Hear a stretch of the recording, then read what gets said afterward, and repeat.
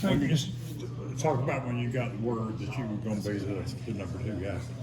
Yes, sir. So, when I got it, Coach Austin just pulled me aside and let me know, obviously, and what came with that, and that I need to be ready for, obviously, this season.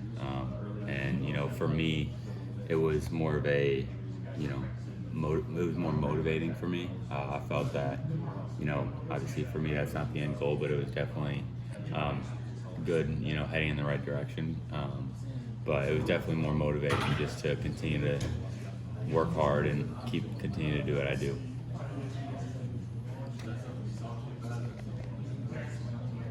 Hank, what was the conversation kind of like with Coach Freeze when he told you, "Hey, you're gonna be the backup"? Yeah. So when I was told, I was with Coach Austin, and he let me know, and I've talked to Coach Freeze since, but they were just telling me that I need to be ready, and that the coaches had agreed that I had a good camp and graded out well, and so ultimately they're gonna prepare me like I'm gonna be the starter. So I want to just continue to work hard and continue to listen to what they're telling me to do. You weren't the most highly recruited quarterback. Do you feel like you kind of got something to prove? No doubt, I definitely do.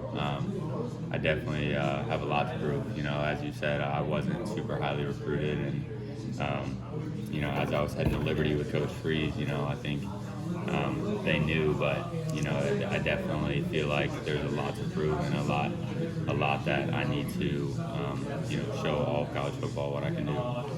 Hank, what was it about Coach Freeze, Coach Austin, about those guys where, you had a good opportunity to go with your high school coach to UAB, obviously, but where you decided, hey, I want to stick with them, I want to keep going with them and go to Auburn? Yeah, I think one thing I've been taught is to put myself in uncomfortable positions, and that may seem a little odd, obviously, when you're choosing your college, but playing in the SEC is a different level, and that's something that I wanted to challenge myself with, and be able to, I think, obviously grow more playing at the highest level that you can in college football. And so I definitely felt like I was capable of that. And obviously Coach Freeze and Coach Austin have something that not a lot of coaches have. And Coach Freeze, his authenticity is off the charts, and that's something that you don't get in college football.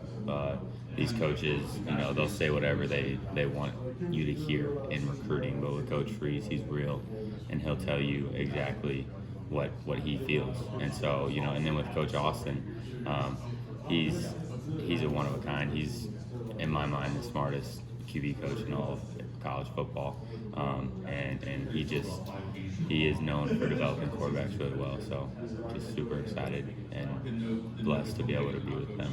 You said that you taught to put yourself in uncomfortable situations. Where did that kind of come from? Yeah, as y'all were talking about Coach Silfer, that's something that he taught me in high school. And he taught me that you don't grow when you're comfortable, and you have to step out of your comfort zone and get put in positions where you are uncomfortable, and that's where you grow the most, is in those uncomfortable positions. And so from a football aspect, there's many different ways that you can put yourself in those uncomfortable positions, and coaches specifically help you by putting you in uncomfortable positions, not making you comfortable and making you feel like you have to grow in those situations. Hank, you may have said this. What are some specific things that when they said, hey, you're going to be quarterback too, what if they told you, hey, we like what you're doing in camp, these are cool things we think you're doing really well, and maybe one or two things that you say, I still need to get better at? Yeah, I think they mentioned they love that I graded high out on the deep balls, just being able to,